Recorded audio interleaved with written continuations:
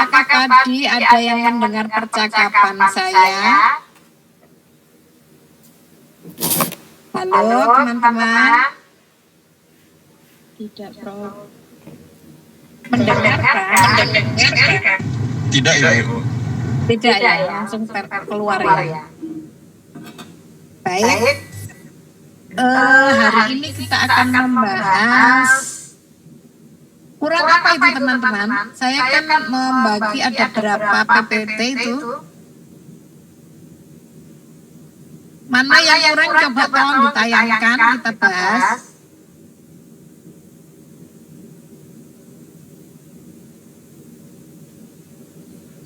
Coba PPT yang belum kita bahas, hari ini kita bahas.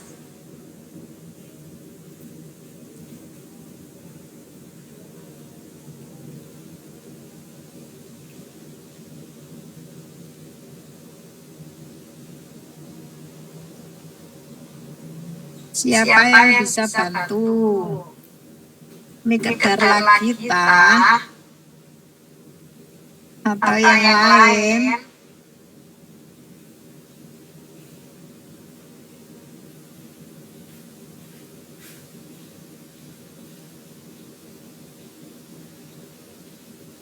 Untuk yang di ini materi apa ya?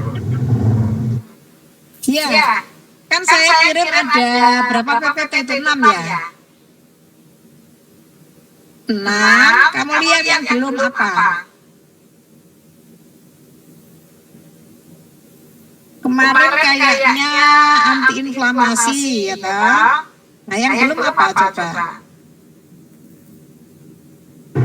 Peran nanopartikel emas untuk proliferasi sel.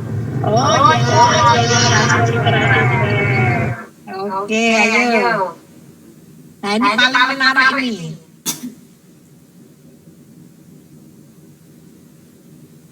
Oke. Jadi apa itu proliferasi sel? Proliferasi sel itu adalah perkembangbiakan sel ya, boleh dikatakan terbelahnya sel ya, satu sel lalu menjadi 2.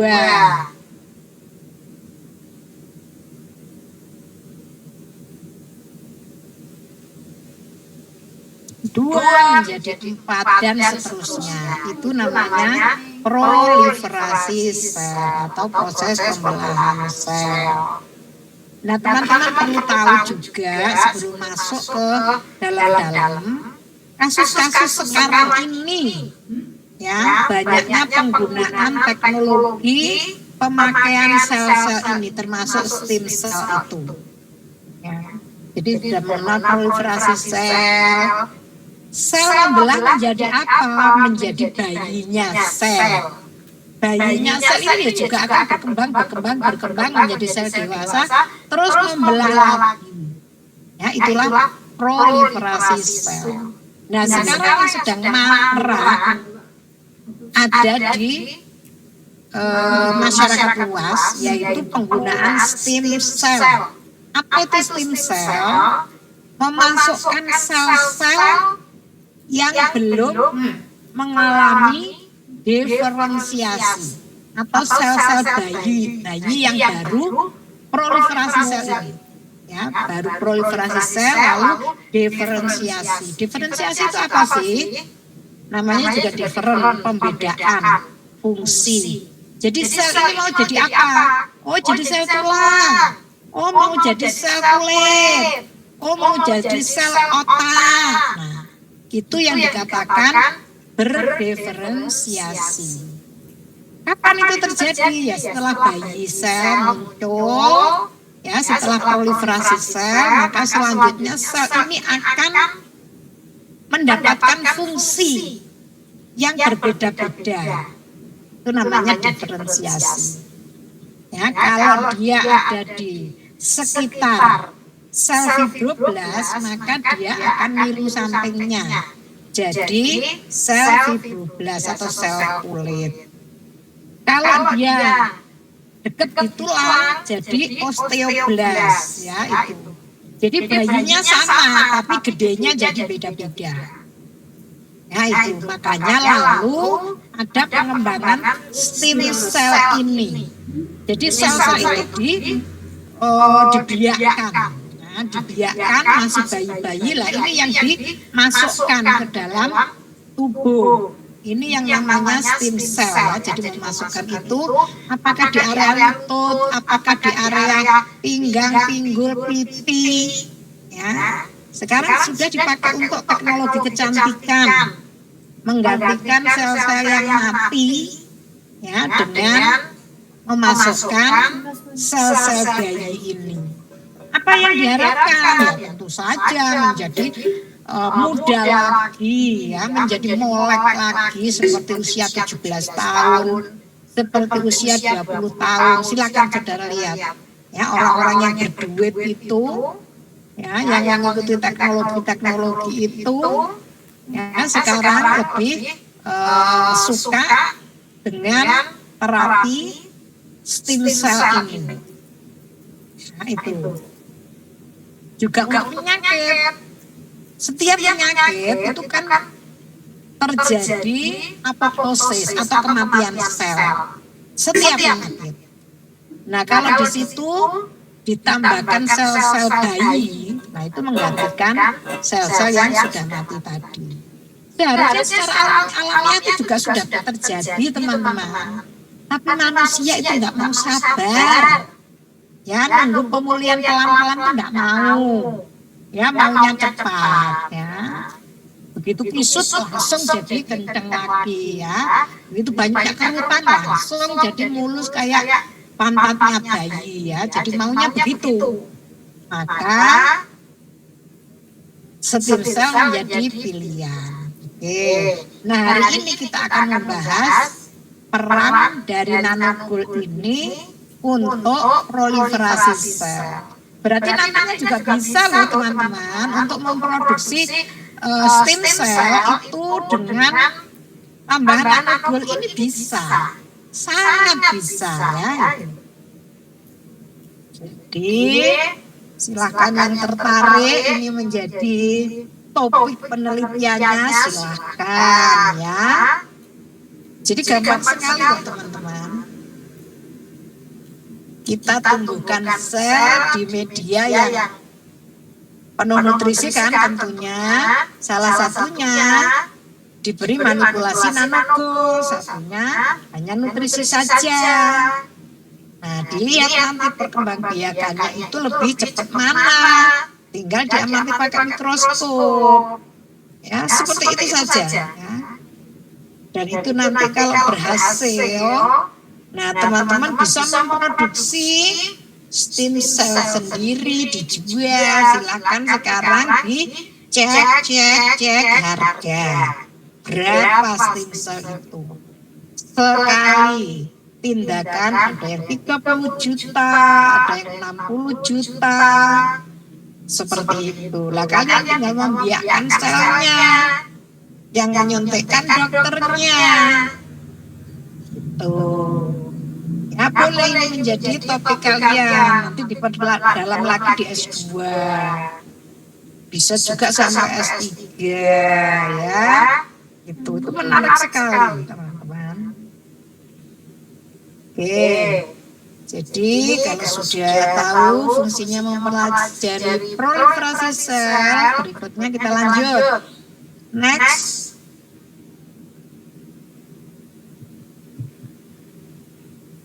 Kalian sudah gregetan nggak sih pengen memproduksi sel-sel ini?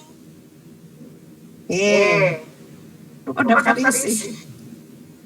Ya tidak apa-apa, nanti di dalam PowerPoint ini ada penjelasan singkat ya, apa itu mass atau AU partikel ya. AU mestinya ada NPS-nya, ada N-nya, AU nanopartikel. Lalu deskripsi singkat tentang apa itu proliferasi sel ya. Lalu peran dari terutama nanogold ya untuk proliferasi sel ya. Next, kita satu persatu akan bahas. Oke, apa itu nanopartikel emas? kemarin sudah ya kan. Emas pada ukuran 1 sampai kok 1000 nanometer sih ini. Sampai 100 aja ya teman-teman ya. Nah 1 nanometer itu 10 pangkat min 9. Nah nek kok 10 pangkat 9 lah ya gede banget toh. 10 pangkat min 9 ya, silakan dikoreksi sendiri. Wah ini anak S2 ini kecil jelas bikin PPT. Lalu dua metode utama yaitu proses top down dan bottom up. Karena nanomaterial itu sebenarnya juga tidak kecil-kecil amat kalau dibanding piko. Piko itu 10 pangkat min 12. Ya, jadi piko itu 1/1000 nano. Lebih kecil lagi. Ya. Makanya ada proses top down dan bottom up karena nanomaterial ini bisa dianggap sebagai skala di tengah-tengah. Sehingga bisa dibangun dari kecil ke besar, itu namanya top down. Kebalik ya. Dari besar ke kecil itu top down. Kalau dari kecil ke besar itu bottom up. Ya, kalau dari ukuran piko menjadi nano itu bottom up. Tapi kalau dari ukuran yang bisa kita lihat ya, misalnya mikropartikel atau dalam bentuk balte, serbuk, lalu menjadi nano itu namanya top down karena dikecilkan. Tapi kalau bottom up itu dibesarkan. Biasanya dibuat dari ion. Jadi ion itu ukurannya piko teman-teman. Ion lalu dijadikan bentuk atomnya, lalu mereka bergerombol. Nah, itu bottom up namanya ya teman-teman ya. Bagaimana dijadikan atomnya? Ya dari ion positif lalu menjadi 0 muatannya. Lalu antar atom yang sudah 0 itu mereka langsung bergerombol, terutama karena punya sifat sebagai logam. Ya, logam itu kan mudah sekali saling berinteraksi. Bahkan ada yang mengatakan ikatan logam itu diibaratkan seperti ada lautan elektron, di dalamnya itu ada proton. Bisa dibayangkan lautan elektron, di dalamnya ada proton. Itulah ibarat ikatan logam. Jadi kalau ada atom logam saling menggabung, elektron mereka menyatu menjadi lautan elektron itu. Lalu pusatnya yaitu proton, nah itu menyebar di dalamnya itu. Seperti itu teman-teman. Nah metode top down bersifat fisik karena biasanya itu penggerisan. Memperkecil ukuran, ya mengikis ya, itu misalnya proses ablasi laser ya. Jadi laser dikenakan logam atau lempengan maka akan keluar dari situ atau terkikis keluar menjadi kumpulan atom itu. Atau juga bisa dengan teknologi aerosol, itu dijadikan gas dulu ya, lalu dijebak ya supaya gasnya itu bisa memampat lalu menjadi koloidal. Terus bisa juga dengan iradiasi UV dan IR dan ion sputtering ya. Itu teknologi fisika teman-teman. Kita ini orang-orang kimia, pilihannya adalah yang bottom up karena kita bisa membuat ionnya dari logam tersebut. Kalau sudah ion, maka direduksi lagi menjadi atom-atomnya. Lalu mereka ditahan pada konsentrasi kecil sehingga tidak sampai mengendap, tidak sampai terbentuk suspensi, sehingga adanya adalah koloidal. Inilah yang sering juga disebut sebagai sintesis. Sintesis itu menggabung dari kecil-kecil jadi besar, ya. Dari atom-atom lalu numpuk jadi kumpulan atom. Inilah material nano. Jika ukurannya 1 sampai 100 nano. Lebih dari itu biasanya mengendap atau tersuspensi, sehingga sudah keluar dari koloidal, bukan material nano lagi. Sampai sini saya tunggu, semoga ada yang bertanya.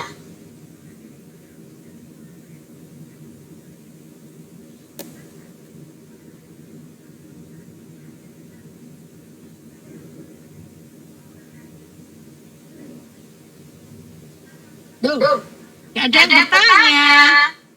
Ya ampun, manfaatkan teman-teman. Siapa yang sering ikut terlibat di dalam diskusi, maka itu sama dengan membuka otaknya untuk selalu kemasukan ilmu. Ya. Tandanya orang mulai paham itu kalau banyak bertanya.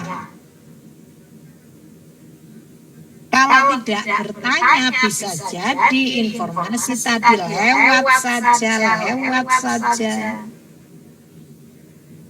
Ayo, silakan.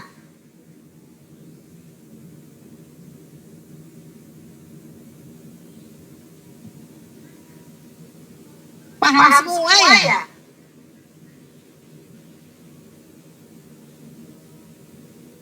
Bu Titik menjelaskannya kalian paham semua atau ngantuk semua?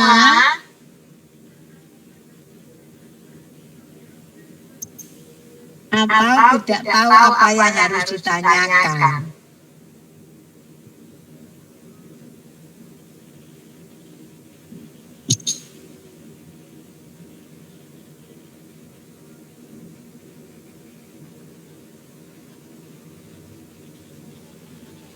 Tidak ada yang bertanya. Baik, saya lanjutkan.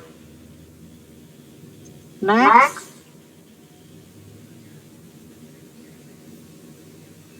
Dola tenan turu yo. Oke, nah itu gambarannya teman-teman ya. Nanopartikel emas. Mestinya itu KU NPS, kan ada kata-kata nano. Nah, ini adalah ilustrasi metode bottom up.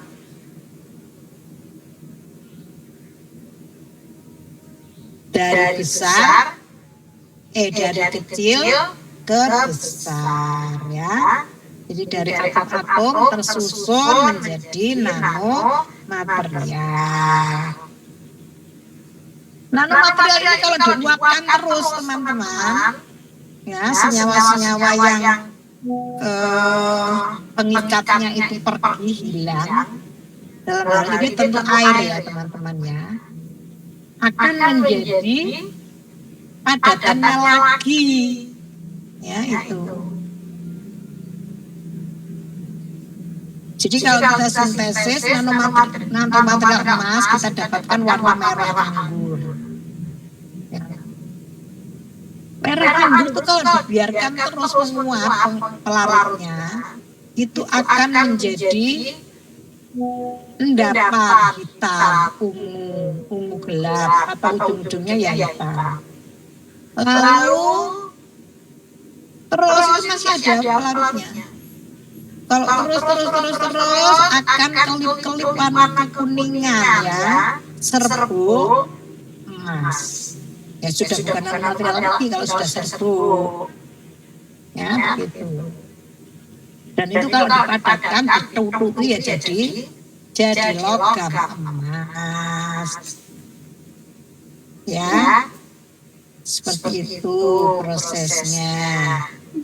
Bottom up sendiri biasanya diawali dari ion-ion ya. Jadi kalau kita membuatnya dari lempengan awal, emas dibuat ion dulu.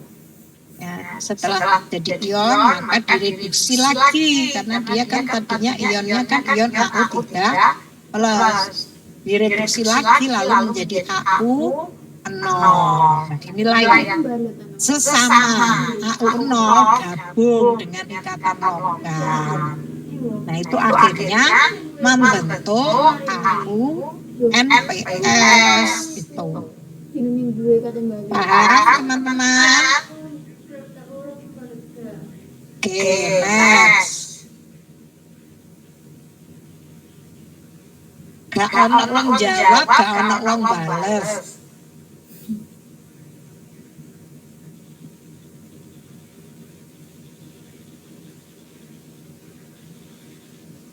Next. Wis turu tenan ya. Proliferasi sel. Nah, kita kenalan dengan proliferasi sel. Adalah proses pertambahan jumlah sel melalui pembelahan yang terkoordinasi dan terkontrol. Nah, yang tidak terkontrol ini biasanya itulah sel kanker. Pada umumnya 28 hari sekali sel itu membelah. Ya, makanya kadang-kadang kenapa wajahnya kusem gitu, karena banyak sel-sel mati yang belum terlepas. Padahal di bawahnya itu sudah ada proses proliferasi sel.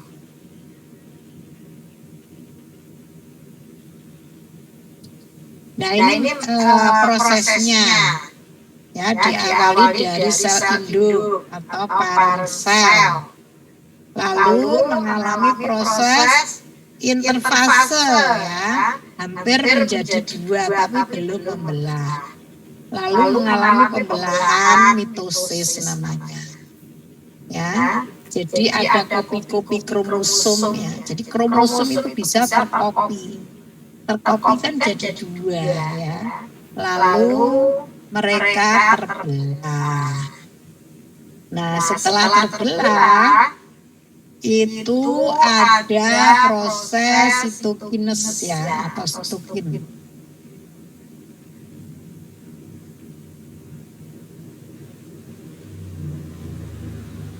Mulai mengalami pendewasaan sampai nanti akhirnya kembali lagi menjadi sel dewasa. Oke, kira-kira pahamkah teman-teman? Silakan kalau ingin lebih jelas bisa diterjemah ya. Diawali dari duplikat DNA. DNA itu apa sih? Protein khusus ya yang digunakan untuk proliferasi sel. Nanti kalau sudah membelah dan menjadi sel dewasa, ya tentu berbagai macam protein dan juga organela sel lengkap di situ. Ya, lengkap, tidak hanya DNA saja. Ya, tapi juga ada mitokondria, ada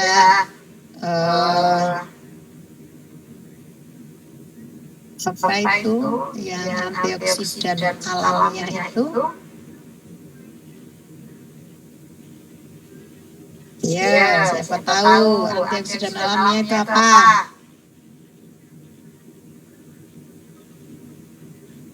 Glutation.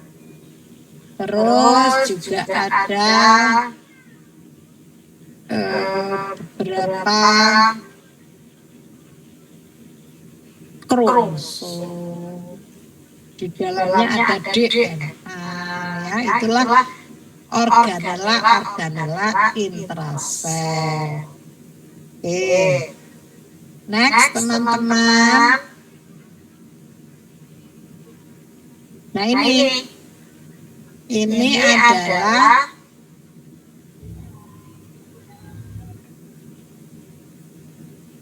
proses alamiah ya teman-teman ya. Jadi peremajaan kembali. Nanti juga ada yang mati teman-teman. Setelah dewasa, sebagian membelah diri, sebagian mati ya itu. Jadi ada kematian sel. Perhatikan teman-teman, dari satu sel jadi 2, lalu 2 jadi 4, ya. Terus ada yang mati, terus ada yang bergabung membentuk jaringan atau tisu. Perhatikan untuk yang kanker ini kayak gimana ini? Ya, dari warnanya sudah berbeda. Terus terjadi kerusakan DNA, makanya lalu berbeda. Dan dia lebih cepat membelah diri. Jadi kalau sel normal baru menghasilkan 8 dari satu sel, nah sel kanker ini numpuk-numpuk. Ya, itu. Oke. Next teman-teman.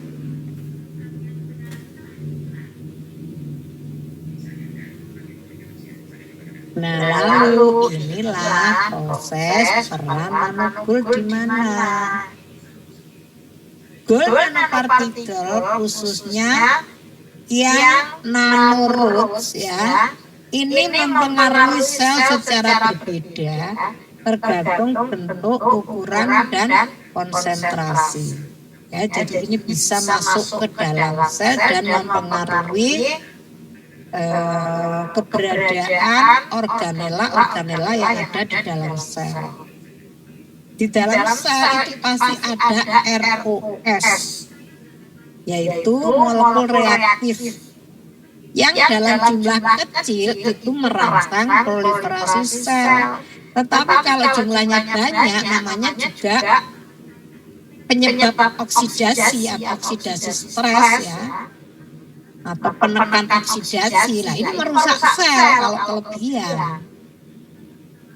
Nah, untuk konsentrasi 0,75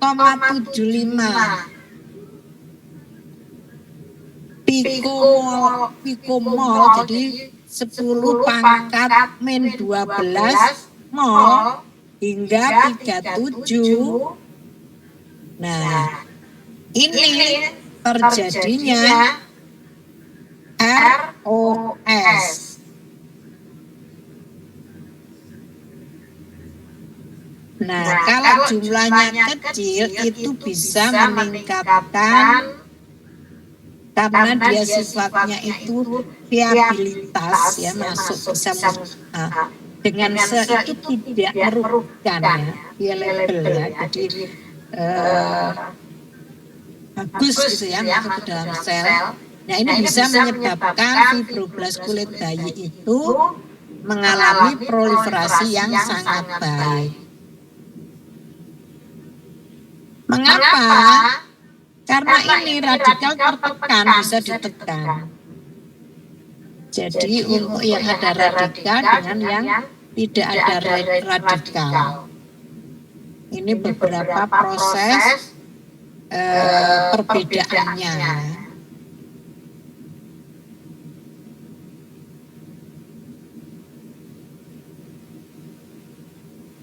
Itu sebelahnya itu adalah radikalnya, sebelahnya lagi adalah sudah tidak radikal. Jadi O2 superoksida itu radikal. Nah, dia kalau sudah ketemu hidrogen, maka membentuk hidrogen peroksida, ini sudah tidak radikal. Terus juga ada radikal bebas hidroksil OH plus ya. Lalu nanti bergabung dengan Cl -1 jadi HuCl, ini sudah tidak radikal. lalu beberapa senyawa peroksil, aloksil dan sebagainya. Nah, ini bisa menjadi ozon yang tidak radikal. Lalu ada juga radikal oksidasi dari nitrogen, terus ya, NO, juga NO2 plus ya. Nah,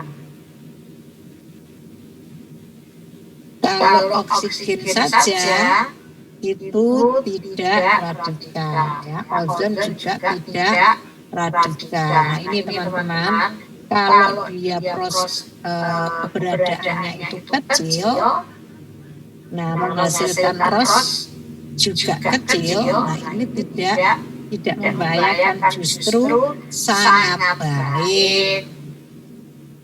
Oke.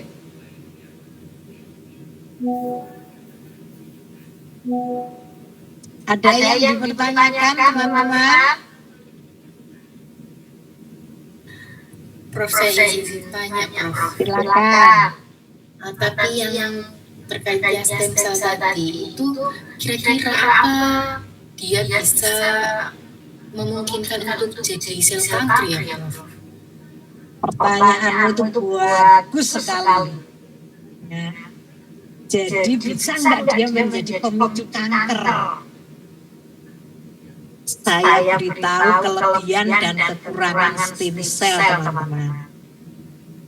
Jadi kalau seperti yang kita inginkan, selnya masuk tubuh itu semuanya kondisi hidup, bayi-bayi sel ini betul-betul sangat bermanfaat untuk mencangkok kekurangan sel-sel akibat dari penuaan, terutama orang-orang yang tua itu proliferasi selnya itu lambat, sehingga lalu terlihat keriput. Nah, makanya dicangkok dengan bayi-bayi sel ini. Nah, kalau dia ideal kondisinya, yes, oke, bagus. Tetapi tahukah teman-teman bahwa sel bayi ada di luar tubuh itu tentu butuh kondisi-kondisi yang sangat terjaga. Suhunya harus sekian, terlalu dingin juga mati, terlalu panas juga mati. Perlu kondisi seperti dalam tubuh. Tapi umumnya di freeze atau dibekukan. Nah, sampai sekarang belum ada yang menyelidiki dengan dibekukan itu lalu mati berapa, hidup berapa. Terus itu masih di dalam penyimpanan, harus seperti itu. Terus akan diproses masuk, itu juga melewati berbagai media. Bisa jadi terkontaminasi. Bisa jadi lalu sel-sel itu ada yang mati. Nah, kalau mati terus dimasukkan ke dalam tubuh, sama dengan menyuntikkan bangkai sel.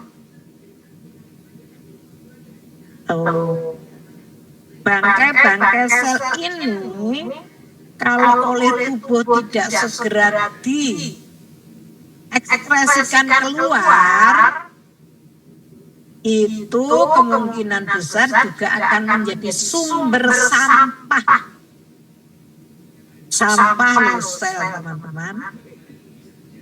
Nah, kalau banyak jaringan, selnya mati, ngelumpuk, banyak yang mati. Efeknya apa terhadap sel-sel di sebelahnya? Ini yang belum terfikirkan, sehingga kegagalan dari stem cell disuntikan itu ada yang mengalami pembusukan sampai akhirnya orangnya meninggal. Nah, kalau tidak, misalnya menyebabkan terjadinya perubahan fungsi sel atau sel menjadi tidak normal akibat terkontaminasi sampah-sampah sel ini. Terus DNA-nya dia itu juga mengandung pemicu kanker. Jadi kita semua itu sebenarnya mengandung loh teman-teman sel-sel yang nanti akan menjadi kanker. Itu terkandung di dalam DNA dan kromosom. Kalau ada pemicunya, misalnya kontaminan dengan material-material toksik sampah itu tadi, itu bisa memicu munculnya sel kanker atau sel-sel menjadi tidak normal. Nah, kalau satu sel tidak normal mempengaruhi sel sebelahnya juga nggak normal, jadinya lalu menjadi jaringan yang nggak normal. Nah, inilah kanker. Ya, jadi bisa memicu kanker.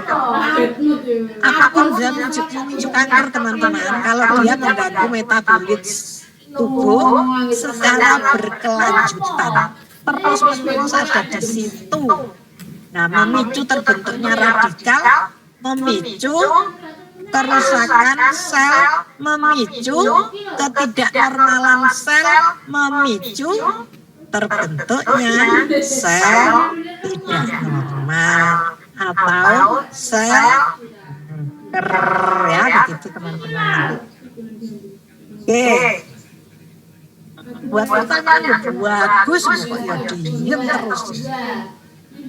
Oke, peran paling tidak emas untuk proliferasi sel berperan di mana sih?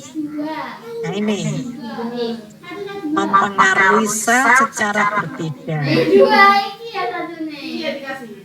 Jadi satu sel dipicu untuk bisa lebih cepat proliferasi sel, sehingga yang kita lihat cepat mulus, cepat kencang. Nah itu. Oke, next teman-teman.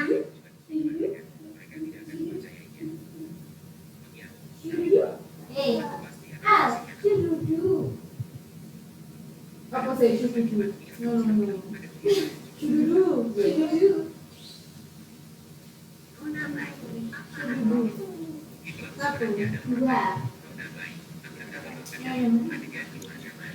Jadi ini tadi yang pada konsentrasi 7,5 itu ROS loh ya teman-teman.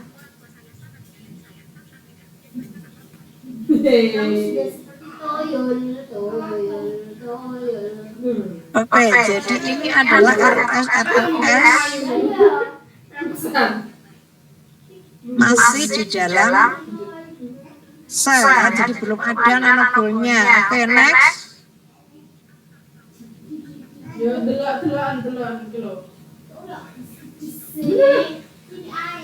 Next teman-teman.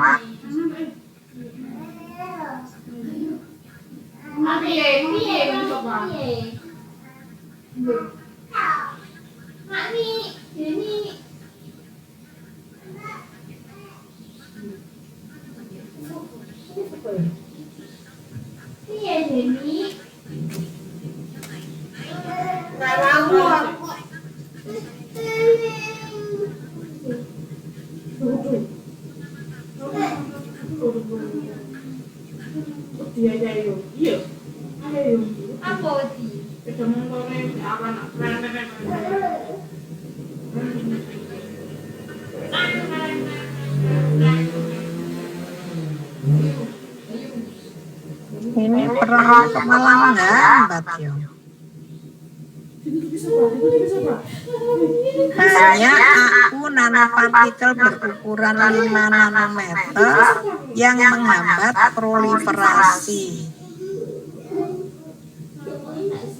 dan invasi pada sel SGC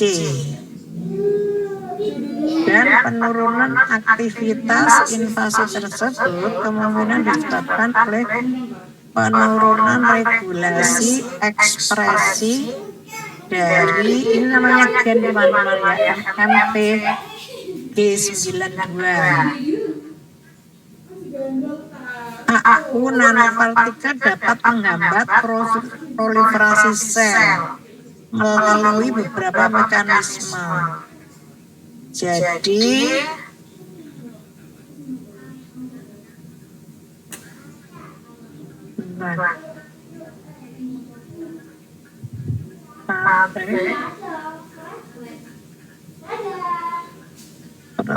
ini dalam sistem imun. Ini penjelasannya kok malah berkebalikan ya.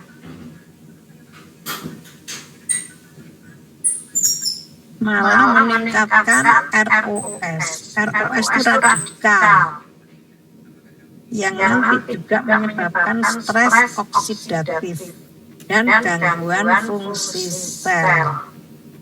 Sebentar, ini kemungkinan besar itu pada terapi kanker. Jadi proliferasi selnya terhambat sehingga tidak terdapat banyak sel kanker. Coba next teman-teman.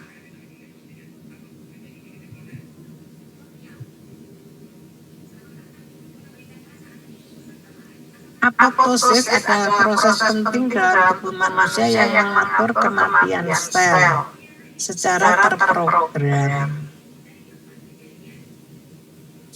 Nanopartikel kita lihat saja di gambar apa perannya. Jadi sel yang kemasukan nanogol akan dengan pencahayaan, lalu dia akan meningkatkan suhu atau temperatur.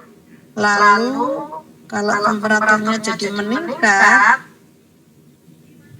oh iya betul ini teman-teman, jadi ini adalah proses untuk mematikan sel ya dengan tambahan radiasi atau penyinaran.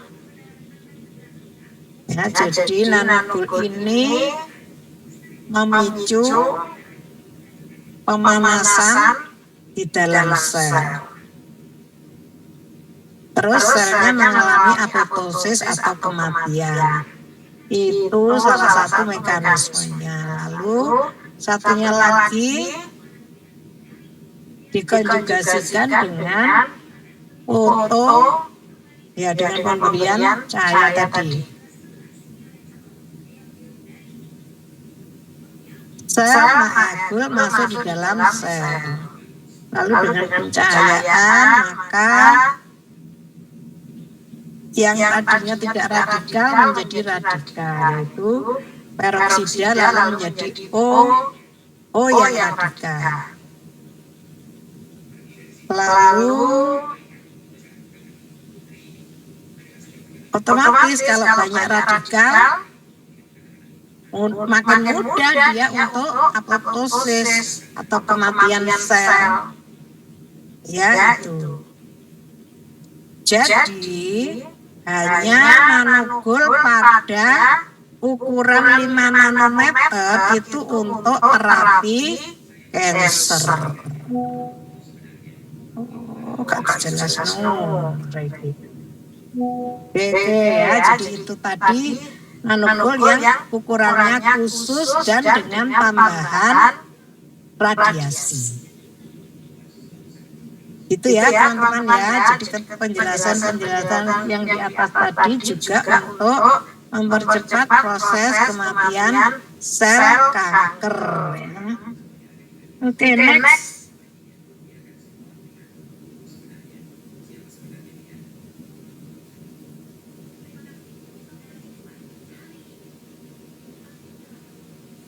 Ini kan saja. Terus apa sudah berakhir? Ini slide terakhir teman-teman. Oh, slide terakhir. Oke. Jadi baru dijelaskan peran nanokul di dalam mempercepat apoptosis atau kematian sel kanker, yaitu pada nanokul 5 ukuran 5 nanometer. Cuman ini ya slide-nya ya.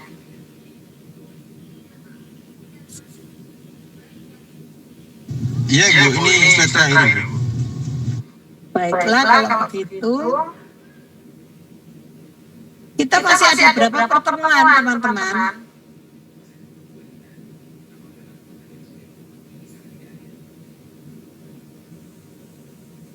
Sing jawab kalau medar tok iki lho, yang lainnya tuh tidur apa piye?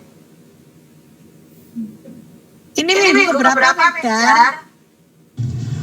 Izin menjawab Bu, ini pertemuan keempat sama Bu Titi. Iya, jadi kurang berapa minggu? Kurang 3 kali pertemuan sama satunya UAS. Oke. Jadi Terus slide-nya masih berapa PPT-nya? Nanti saya kirimi lagi.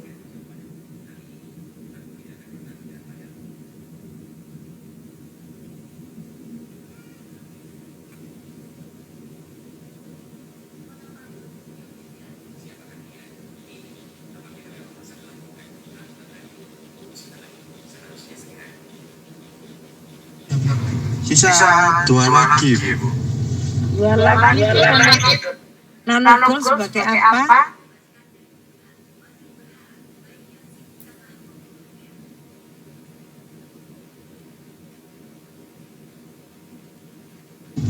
Nanokul terhadap penyakit degeneratif sama nanokul sebagai nanomedicine. Oke.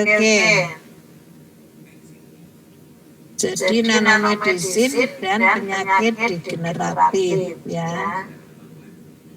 Mungkin yang bersinggungan dengan hari ini itu yang dengan penyakit degeneratif ya, termasuk kanker itu degeneratif teman-teman.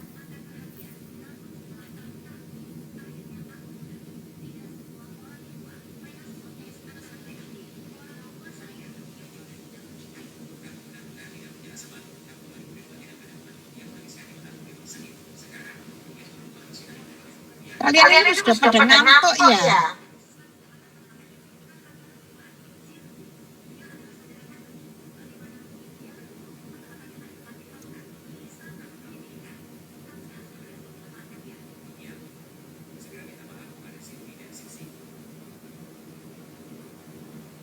Tunjukkan kalian tidak ngantuk, saya bertanya.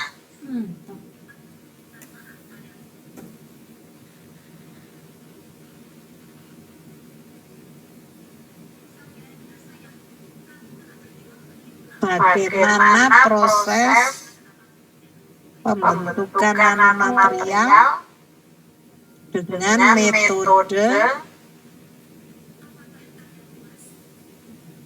top down.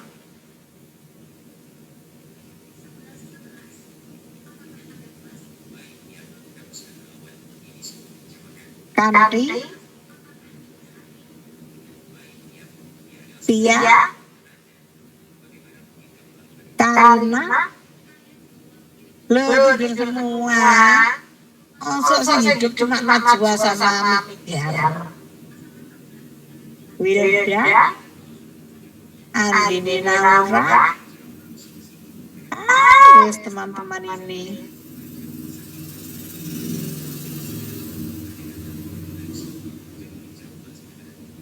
Ya gini nih kalau kuliah malam teman-teman.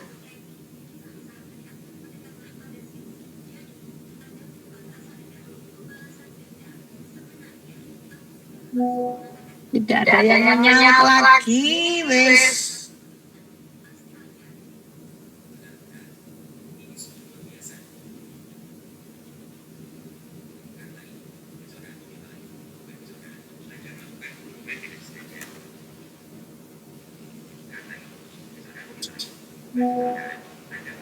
Oke, tugas merangkum Mantap. perkuliahan hari ini.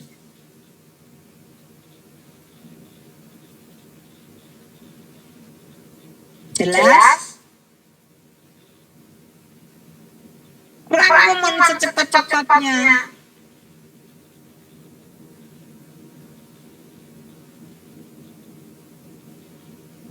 Semampumu mengingat yang sudah kita bahas, sehingga saya akan tahu kadar ngantuk kalian.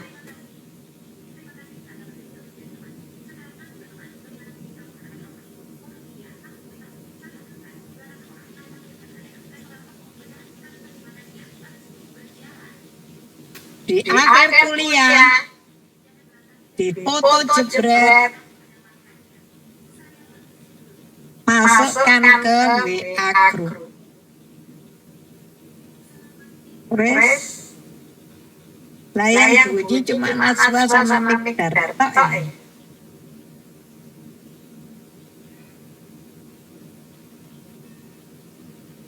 Saya tunggu di WA group. Halo teman-teman. Baik, Oke. Ya, jadi lebih senang dikasih tugas ya dibandingkan menyimak, berkomentar dan bertanya. Oke, silakan dirangkum perkuliahan hari ini yang tidak terlalu panjang lebar, tapi saya harap kalian paham.